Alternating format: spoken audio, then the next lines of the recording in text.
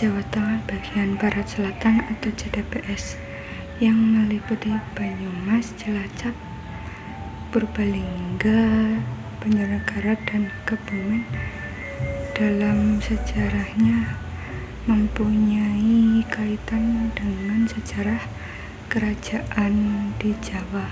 Secara historis, sejarah masyarakat JDPS terbentuk dari zaman prakolonial atau masa kerajaan Jawa.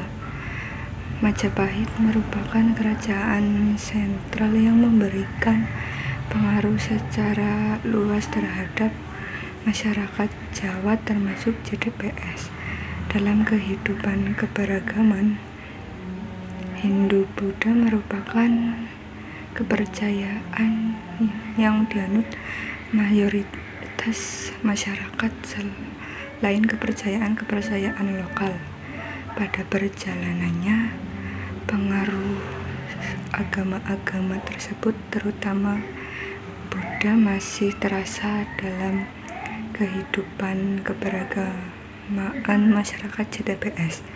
Keberagamaan dalam pola budaya Buddha yang tidak memiliki atau mengenal dewa selaras dengan karakter kebudayaan masyarakat JDPS yang egaliter dan tidak mengenal kasta atau stratifikasi kehidupan keberagamaan. Pada masa Mataram, Islam awal di bawah Raden Sutawijaya berpola sama dengan kerajaan-kerajaan Jawa sebelumnya. Raja menentukan agama rakyatnya, artinya agama rakyat akan mengikuti agama rajanya. Model ini merupakan hak klasik yang sudah dikenal sejak Majapahit dengan konsep Binattara atau raja yang didewakan atau raja dianggap sebagai titisan dewa. Pada masa Mataram muncul konsep manunggaling kawula Gusti yang bukan hanya dipahami sebagai penyatuan antara hamba dan Tuhan, tetapi juga rakyat dan raja. Dengan konsep ini, agama dan budaya berpusat pada raja. Keagamaan keislaman Raden Sutawijaya sebagai Raja Mataram menjadi model keagamaan rakyatnya. Persoalan kemudian adalah bagaimana corak keagamaan atau keislaman Raden Sutawijaya. Mataram dalam kekuasaan Raden Sutawijaya, fungsi-fungsi penasehat diambil oleh para pujangga sebagai intelektual keraton yang cenderung beraliran mistis kejawen. Dengan demikian, maka corak Islam masa Mataram awal adalah Islam kejawen. Corak Islam kejawen tersebar ke seluruh wilayah kekuasaan Mataram termasuk Banyumas.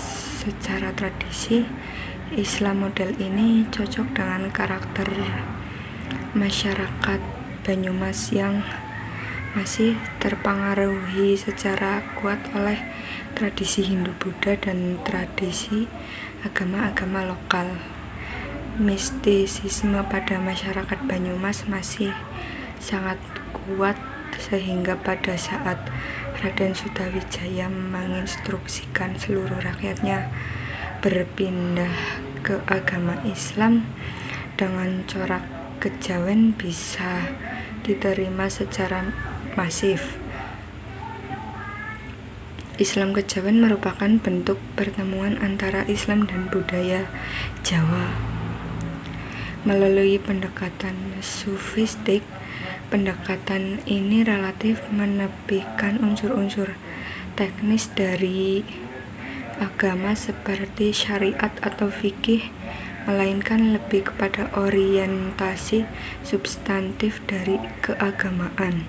Implikasi teknisnya adalah pada masa awal Islam kejawen Alam Mataram tidak merubah praktik-praktik keagamaan secara mendasar.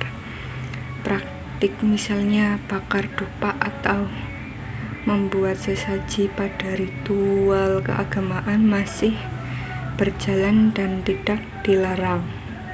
Perubahan terjadi pada misalnya penyebutan nama Tuhan dari Sang Hyang Widi menjadi Allah. Perkembangan Islamisasi Sutawijaya di Banyumas berlangsung cepat dan saat ini bukti yang absuh terkait sisa-sisa Islamisasi tersebut adalah Islam aboge.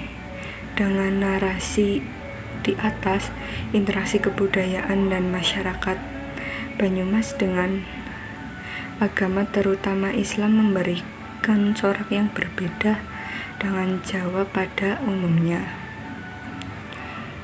Beberapa artefak kebudayaan menunjukkan bahwa persebaran Islam di Banyumas meluas ke beberapa wilayah di sekitarnya seperti Cilacap, Purbalingga, Banjarnegara, Brebes, dan Banjar, Jawa Barat. Corak keagamaan di wilayah ini relatif sejenis yang bisa dilihat dari indikasi bahasa, praktik keagamaan atau keislaman, dan peninggalan-peninggalan sejarah Islam.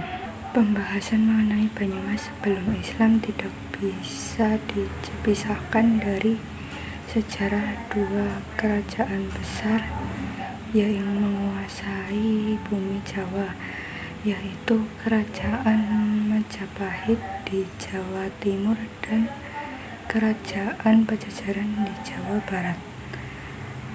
Alur Majapahit yang kemudian membentuk Banyumas bisa ditelusuri pada sejarah berdirinya Kadipaten Wirasabah I pada abad 15. Sementara jalur kerajaan Pajajaran dapat ditemukan pada sejarah berdirinya Kadipaten Pasir Luhur pada abad 14-15.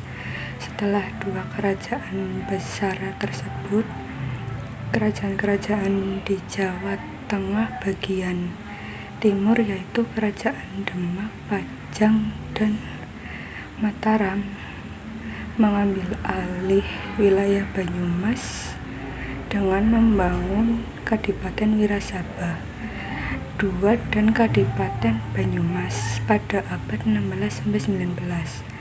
Dengan demikian, Banyumas sebenarnya hanyalah merupakan kota kabupaten yang merupakan bagian dari baik Kerajaan Majapahit, Pajajaran maupun kerajaan-kerajaan di Jawa Tengah bagian timur. Wilayah Jawa Tengah bagian barat sampai selatan atau JTBS yang meliputi Banyumas, Cilacap, dan Purbalingga serta Banjarnegara, Kebumen dalam sejarahnya mempunyai kaitan dengan sejarah kerajaan di Jawa. Sejarah kerajaan Jawa tidak bisa lepas dari eksistensi Majapahit, Kesultanan Demak, Mataram, Yogyakarta, dan Kesunanan Surakarta. Kerajaan-kerajaan besar di Jawa tersebut secara geografis cukup jauh dari wilayah JTBS. Kondisi ini cukup berpengaruh terhadap konstruk kebudayaan JTBS yang sangat berbeda dengan tradisi dan kebudayaan keraton. Dari sisi bahasa, misalnya masyarakat JTBS memiliki dialek yang berbeda dengan wilayah eks kerajaan-kerajaan Jawa di Demak, Yogyakarta, Surakarta, dan Jawa Timur. Dialek yang biasa disebut dengan ngapak menjadi ciri khas Banyumas dalam konstelasi kebudayaan Jawa. Dalam pandangan Ahmad Tohari, bahasa Jawa Banyumasan merupakan bentuk lanjutan dari bahasa Jawa asli Kawi Tujus, sementara bahasa Wetanan merupakan bentukan baru dari proses politis terutama oleh Sutawijaya. Dengan demikian, wilayah JTBS sebagai berkumpulnya komunitas sosial yang memiliki jarak jauh dari kerajaan memiliki subkultur yang berbeda dengan Jawa pada umumnya. Egalitarianisme sebagai corak kehidupan sosial wong cilik dominan dalam kultur masyarakat JTBS. Begitu halnya terkait dengan orientasi kebudayaan yang mengarah pada populisme berbeda dengan keraton yang orientasi kulturnya bersifat elitis. Hal ini karena kultur yang dibangun dalam rangka memberikan penghormatan kepada raja dan keluarganya. Secara historis, sejarah masyarakat JTBS terbentuk dari zaman pra-kolonial atau masa kerajaan Jawa. Majapahit merupakan kerajaan sentral yang memberikan pengaruh secara luas terhadap masyarakat Jawa termasuk JTBS. Dalam kehidupan keberagamaan Hindu-Buddha merupakan kepercayaan yang mayoritas dianut masyarakat selain kepercayaan lokal. Pada perjalanannya, pengaruh agama tersebut, terutama Buddha, masih terasa dalam kehidupan keberagamaan masyarakat JTBS. Keagamaan dalam pola Buddha yang tidak memiliki atau mengenal dewa selaras dengan karakter kebudayaan masyarakat JTBS yang egaliter dan tidak mengenal kasta atau stratifikasi. Kebangkitan Islam Puritan. Sayyid Wali Reza Nasr dalam Syaikh Hasyim menyebut para Puritan di belahan dunia Islam sebagai Islam revivalis. Menurutnya istilah ini menyeratkan makna yang lebih dalam, tidak hanya menggambarkan fenomena gerakan penafsiran agama yang didasarkan kepada teks semata, akan tetapi merupakan gerakan yang sangat berkaitan dengan persoalan-persoalan politik umat, pembentukan identitas, persoalan kekuasaan dalam masyarakat yang plural. Dalam sejarah gerakan Islam Puritan global ditunjukkan oleh Ibnu Taimiyah dan Muhammad bin Abdul Wahhab. Gerakan-gerakan tersebut mengobsesikan secara romantik adanya persatuan Islam atas dasar penyeragaman konsep teologis akan kemurnian keyakinan berketuhanan. Oleh karenanya di dalam sistem budaya, kelompok sosial Islam Puritan antara lain berusaha menjauhkan tradisi sinkretis yang mengandung tahayul, bid'ah, dan kufarat seperti selamatan, tahlilan, yasinan, ziarah, metik, tedun, wayangan, dan sebagainya. Mereka menganggap selamatan dan sejenisnya meskipun dimasukkan nilai Islam di dalamnya tetaplah tidak dibenarkan karena membahayakan tauhid. Doa terbaik bukan dibaca saat selamatan tersebut, melainkan doa yang dipanjatkan setelah sholat wajib. Islam Puritan sering dianggap tidak mempertimbangkan proses asimilasi dan akulturasi adat dan kepercayaan setempat. Akibatnya banyak kalangan yang berpandangan bahwa Islam Puritan terinspirasi oleh Wahabisme yang sangat gencar melawan semua bentuk apresiasi terhadap adat dan tradisi lokal. Persoalan yang mengganggu adalah segala hal yang diamalkan oleh kaum Puritan akan dijustifikasi dan didelegitimasi sebagai hukum Tuhan yang bersifat mutlak, absolutisme, dan tidak bisa ditawar-tawar lagi.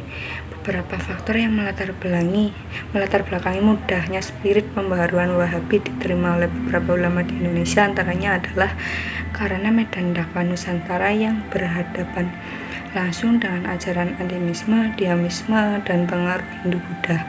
Faktor inilah yang menjadikan para pembaharu Wahabi mudah mengadopsi doktrin pemurnian tauhid dengan harapan agar umat Islam Indonesia dapat lebih cermat dalam menjalankan ajaran Islam sehingga tidak tercampur dengan budaya lokal yang tidak sesuai dengan ajaran Islam yang murni.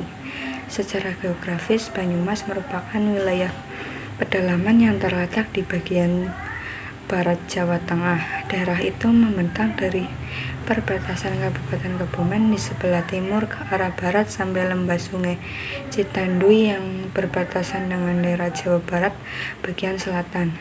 Kondisi tanahnya terdiri dari lapisan vulkanis muda dan sebagian besar wilayahnya berupa persawahan yang subur dan sangat cocok untuk budidaya padi. Berdasarkan pengamatan peneliti, terdapat dua organisasi keislaman yang Puritan dan berkembang di wilayah ini adalah Majelis Tafsir Al-Quran atau MTA dan Al-Irsyad.